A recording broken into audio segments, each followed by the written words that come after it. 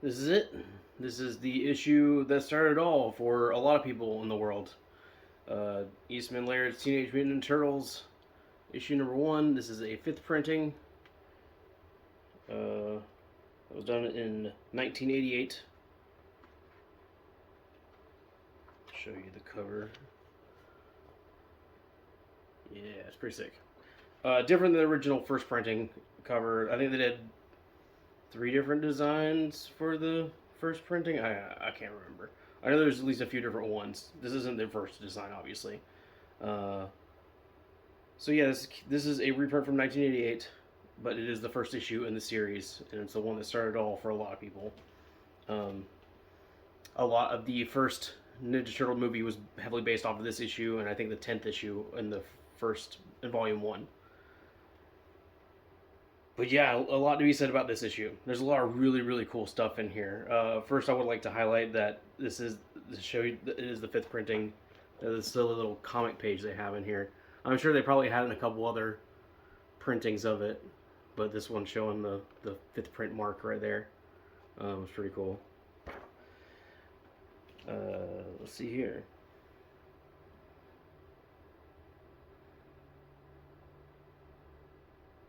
Yeah, volume one, number one, fifth printing. I think this is all the artwork in this one is just Peter Laird and Kevin Eastman, except for I did notice upon reading it not too long ago, there is a story, a short story in the back of Donatello that is done. Which artist is this?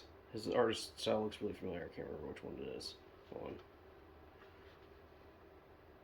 Eric Talbot, which he has a very specific art look to his version of the Turtles. I'm sure a lot of you have seen it before, but that's his Donnie. Yeah,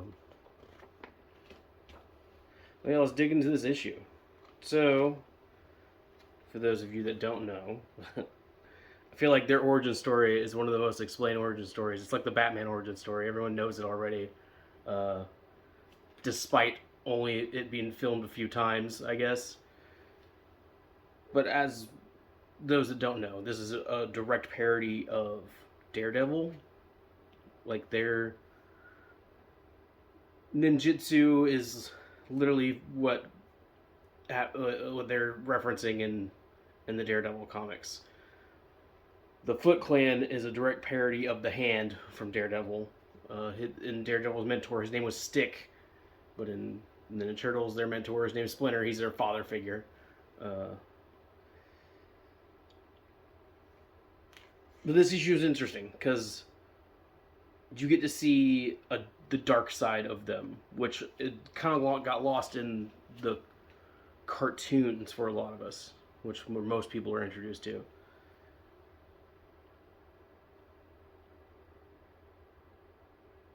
Sorry, I just love this page. The very first page, it looks great. I mean, like, come on.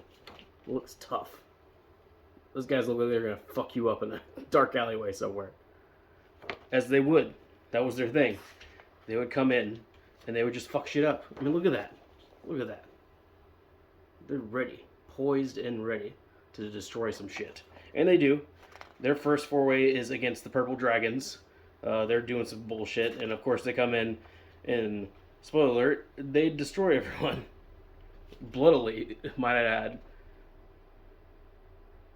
And leave before the police show up. But yeah, totally straight massacring the fucking place.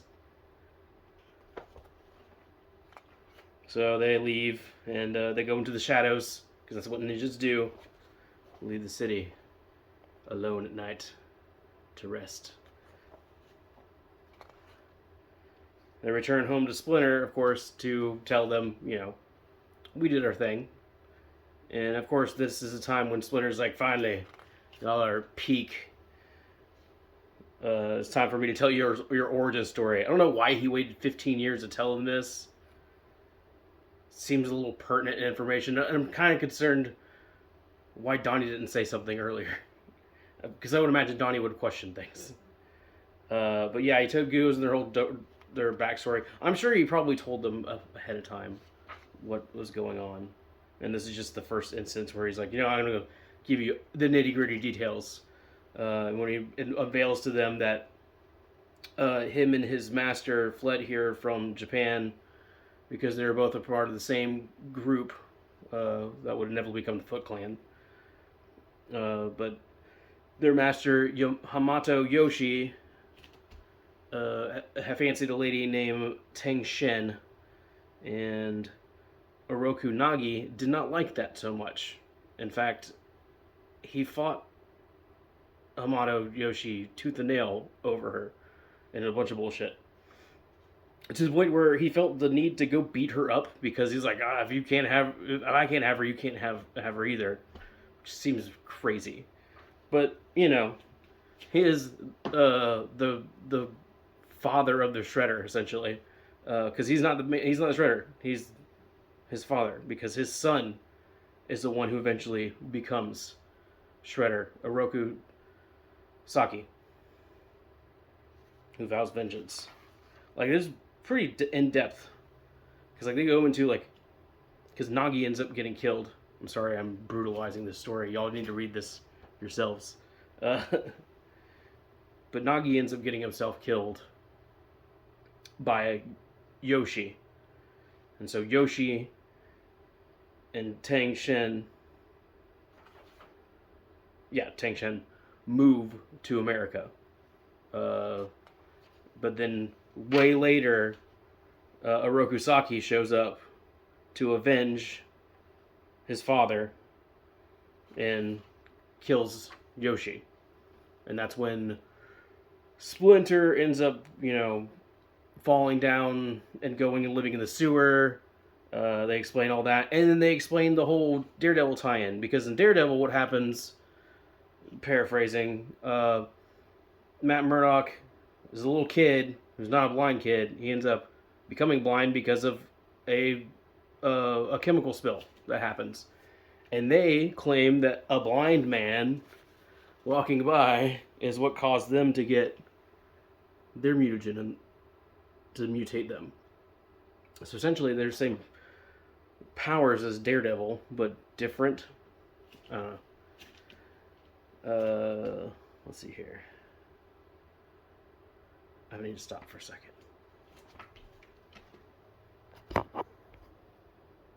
Alright, I'm back. Sorry. Where was I? So, I don't know why I keep paraphrasing shit. I have the book right here. Just read the fucking book. Yes, so the turtles end up getting mutated by the same mutagen that mutated Daredevil, and yeah, they start growing, and Splinter started growing, and they didn't know what the hell's going on until they started speaking, and that's when he decided, you know what? They started speaking, and then they started mimicking him, and that's when he decided to train them to get his vengeance. And we're now at the point where he's like, now I'm old, and there's a task that I would have you perform before I leave this life. Now I must ask you to do that which no being should ask of another. I ask you to avenge the cruel death of my master, Hamato Yoshi, and his wife, Teng Shen. I ask you to challenge and kill the murderer Oroku Saki, the Shredder. So he sends Raphael to send a message, which is pretty badass. I mean, look at that. That's sick. So Raph goes, hunts down their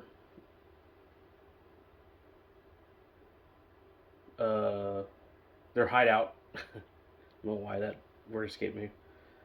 Finds their hideout, beats up some guards. Nah, he kills them. He doesn't just beat them up, he kills them. And then throws a sigh through the window while Shredder's in the middle of a meeting trying to strong-arm some people, telling them, you need my protection. And they're like, what do you mean? You can't even protect your facility. Why would we need your protection? Which he's not happy about that. He gets very upset. And he's like, who are these people? And so he decides to go and meet up with them because they threaten him.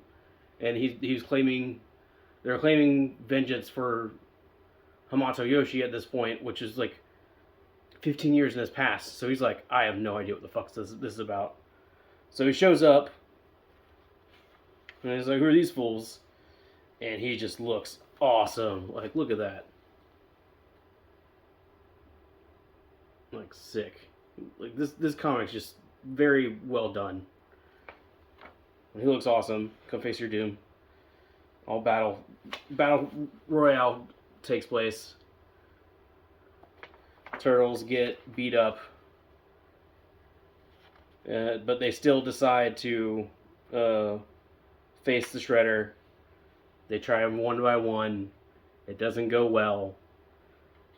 Eventually, they say, "Fuck it." He's too much for us. We gotta regroup. So they decided to do evasive maneuvers and throw shit at him.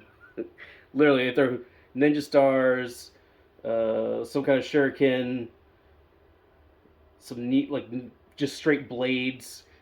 Raph throws his size. And eventually, Donatello is the one that actually knock his ass off.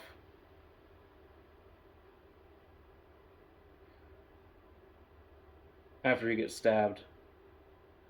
Oh yeah, they beat the shit out of him. So they beat the shit out of him eventually. And then they're like, hey, give it up, man. The jig is up. Commit seppuku. It's the only way to redeem your honor for the misdeeds you did against Hamato Yoshi and Shingen. Tengshin.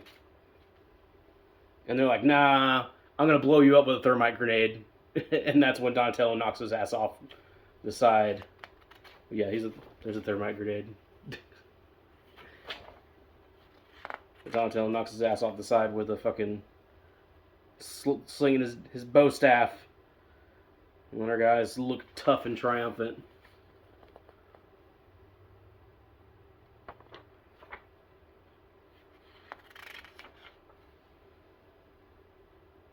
On the last page, we are the Teenage Mutant Ninja Turtles. We strike hard and fade away into the night.